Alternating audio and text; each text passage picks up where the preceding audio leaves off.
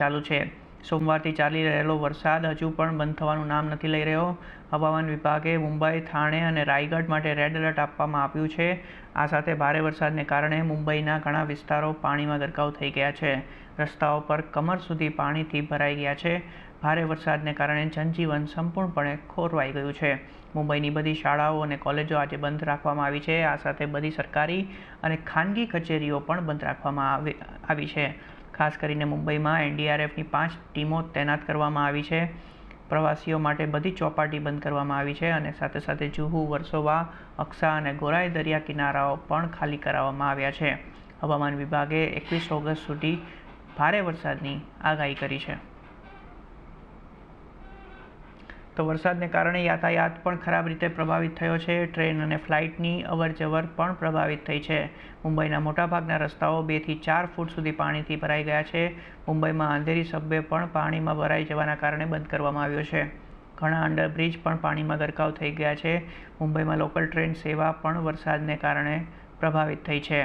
Harbour લાઇનનો track પાણીમાં ડૂબી ગયો છે, જેના કારણે કેટલાક વિડીયો પણ સામે આવ્યા છે, જેમાં લોકો રેલવે ટ્રેક પર ચાલતા જોવા મળી રહ્યા છે। તો સાથે જ મુંબઈમાં વરસાદને કારણે 250થી વધુ ફ્લાઇટ્સ મોડી પડી છે।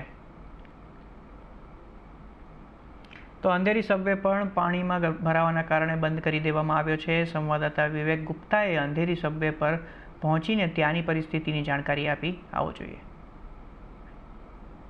देखिए अभी तो मतलब सुबह के हालात बहुत ज़्यादा ख़राब थे। अभी बारिश कम हुई है और सबसे राहत वाली बात है कि हाई टाइड का समय गुजर चुका है, क्योंकि हाई टाइड सुबह 9:15 बजे के आसपास थी। उस समय आप लोग बहुत ज़्यादा बिजी रहते हैं क्योंकि मार्केट खुला रहता है, और उस समय बिजी थे बीएमसी के और मुंबई पुलिस के लोग भी, क्योंकि 9:15 बजे के आसपास हाई टाइड थी और हाई टाइड को नॉर्मल होने में 1 से 1.5 घंटा लगता है।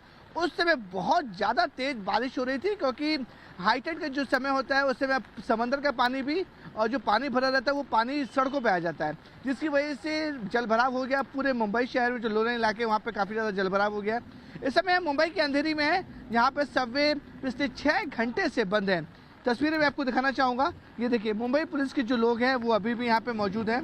किसी को भी कोई भी ट्रैफिक 2 व्हीलर 4 व्हीलर जो भी है पूरी तरह से यहाँ पे बैन किया गया है, क्योंकि सबवे में पानी भर चुका था। और ये इस सीज़न का पहली बार ऐसा दिन था जहाँ पर 5 से 6 फीट सबवे के अंदर पानी भर चुका था। अभी देखिए आप विजुअल थोड़ी सी राहत भरे विजुअल सामने आ रहे हैं। सबवे से पानी लगभग पूरी तरह निकल चुका है। हाई टाइड का समय गुजर चुका है। बारिश भी कम होती हुई नजर आ रही है, लेकिन बीच बीच में बारिश बहुत ज़्यादा तेज हो रही है। हालांकि मुंबई में रेड अलर्ट है। पिछले 48 घंटों से मुंबई में रेड अलर्ट किया गया है। रेड अलर्ट होने के नाते सरकारी दफ्तर और प्राइवेट दफ्तरों ने सरकार ने ऐलान किया था कि दोनों दफ्तरों में छुट्टी दे देनी चाहिए। तो सब लोग जो हैं अपने अपने घर में बैठे हुए हैं, छुट्टी मना रहे हैं। आप और हम काम कर रहे हैं। आप आराम से मार्केट खत्म होने के बाद ट्रैफिक भी नहीं है, आराम से घर पहुंचेंगे और जल्दी पहुंचेंगे आज, क्योंकि पूरा ट्रैफिक क्लियर है। जो अमूमन जो वर्किंग आवर्स रहते हैं, छुट्टी दे दी गई है सरकार की तरफ से, वो छुट्टी बनाई गई है। તો આ સાથે સૌરાષ્ટ્રના ખાસ કરીને અમુક વિસ્તારોમાં પણ વરસાદ પડી રહ્યો છે। ખાસ કરીને ગીર સોમનાથના સૂત્રાપાડામાં 24 કલાકમાં 12 ઇંચ વરસાદથી ગામ આખી રાત જાગ્યું છે।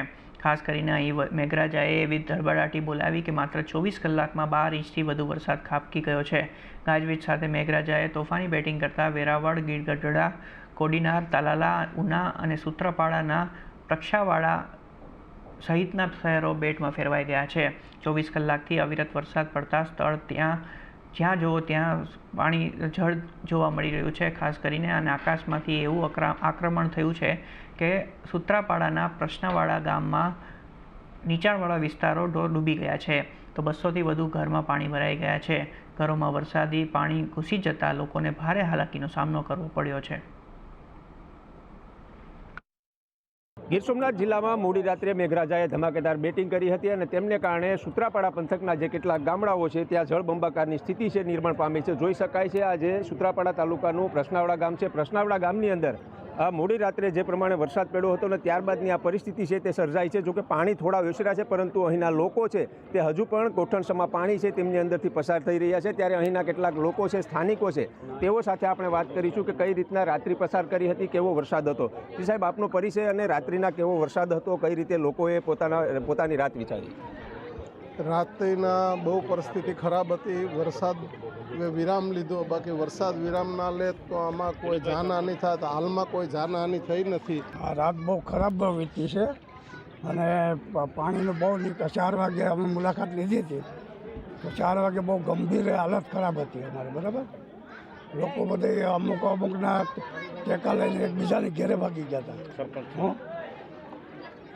અચ્છા, આપ ગામના સરપંચ છો તો છેલ્લા 20 વર્ષથી, કાકાએ કીધું 20 વર્ષથી આ પરિસ્થિતિ છે. શું કારણ છે આને આ પરિસ્થિતિ રહી છે? એથી વધારે વર્ષોથી આ પરિસ્થિતિ છે, કારણ કે આમાં બધીમાં રસ્તા હાંકડા થઈ ગયા બધી. બરાબર, એટલે પાણી ક્યાં જાય? બધાયનું પાણી ભેગું થઈને અહીંયાથી નીકળે હાંકડાય. બહુ ગંભીર હાલત હતી રાતના 4 વાગ્યા પછીના, અને લોકોમાં એવી પરિસ્થિતિ હતી અને ગંભીર પરિસ્થિતિ, મતલબ બહુ જોરદાર વરસાદ વીજળી સાથે અને કડાકા ભડાકા સાથે વરસાદ, અને નુકસાની પણ જાજી વેઠવી પડી છે. ઘરોમાં નુકસાન લગભગ મારા ખ્યાલમાં તો 150 થી 200 ઘરોમાં નુકસાની થઈ છે. અને દર વર્ષે પાણીની પરિસ્થિતિ આ જ છે અને આમાં કોઈ તંત્ર ધ્યાન નથી દેતું. દર વર્ષે લોકોના ઘરમાં બધામાં પાણી ગરી જાય છે. 200 થી 250 ઘર છે કે જેમની અંદર તેઓની જે ખાવાની ઘર વખરી હતી તે પણ પડલી ચૂકી છે, પરંતુ ક્યાંક ને ક્યાંક તંત્રની બેદરકારીને કારણે અને લોકો કહી રહ્યા છે કે અહીંયા કોઈ ન આવવાને કારણે લોકોને દર વર્ષે આ પરિસ્થિતિનો સામનો કરવો પડે છે. જોકે લાંબા સમય બાદ થયેલા આ વરસાદથી ખેડૂતોમાં ખુશીનું મોજું ફરી વળ્યું છે. આ વરસાદથી ખેતીવાડીને ફાયદો થવાની આશા છે.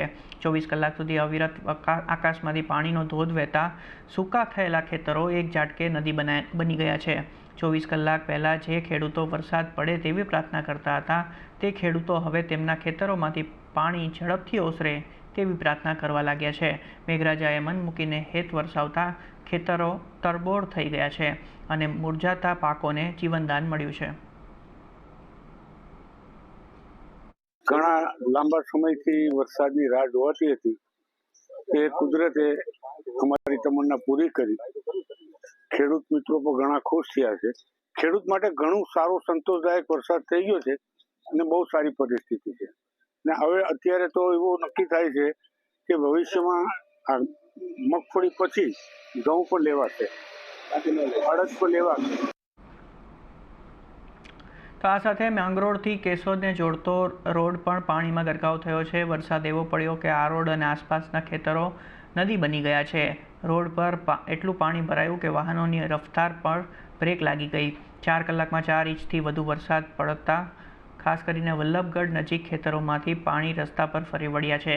રોડ પર પાણી ભરાતા વાહન ચાલકો મુશ્કેલીમાં મુકાયા છે. રોડ ઉપર ટ્રાફિક જામના દ્રશ્યો પણ જોવા મળ્યા. જૂનાગઢ જિલ્લામાં વહેલી સવારથી જ વરસાદી માહોલ છે અને જેને લઈને રેડ એલર્ટ મૂકવામાં આવ્યું છે.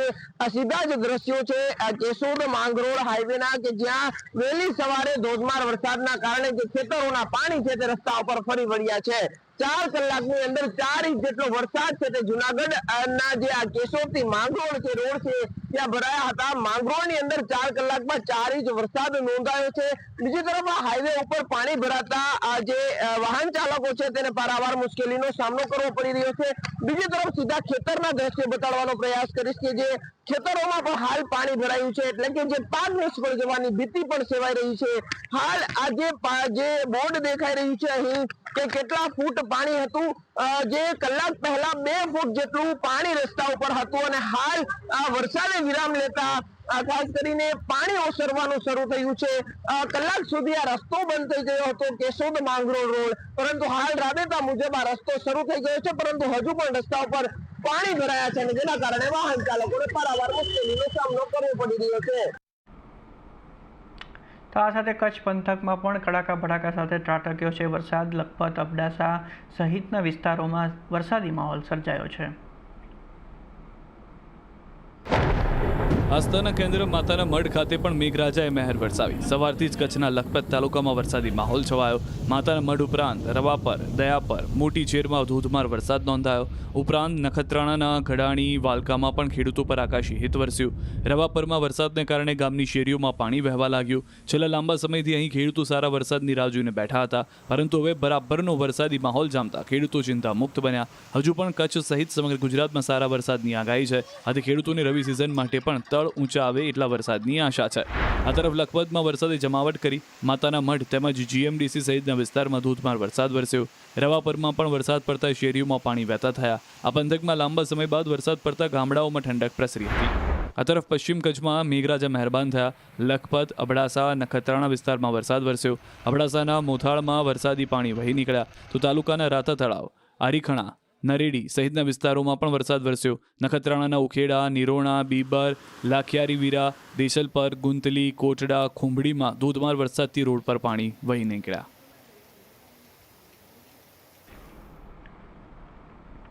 તો આ સાથે વલસાડ જિલ્લામાં આજે પણ વરસાદી માહોલ જામ્યો છે. જિલ્લામાં વાદળછાયું વાતાવરણ વચ્ચે અનેક વિસ્તારોમાં વરસાદ વરસ્યો હતો. મોડી સવારથી જ વલસાડ અને વાપી આસપાસના વિસ્તારોમાં વરસાદ વરસ્યો. વરસાદને કારણે રસ્તાઓ પાણી થઈ ગયા હતા.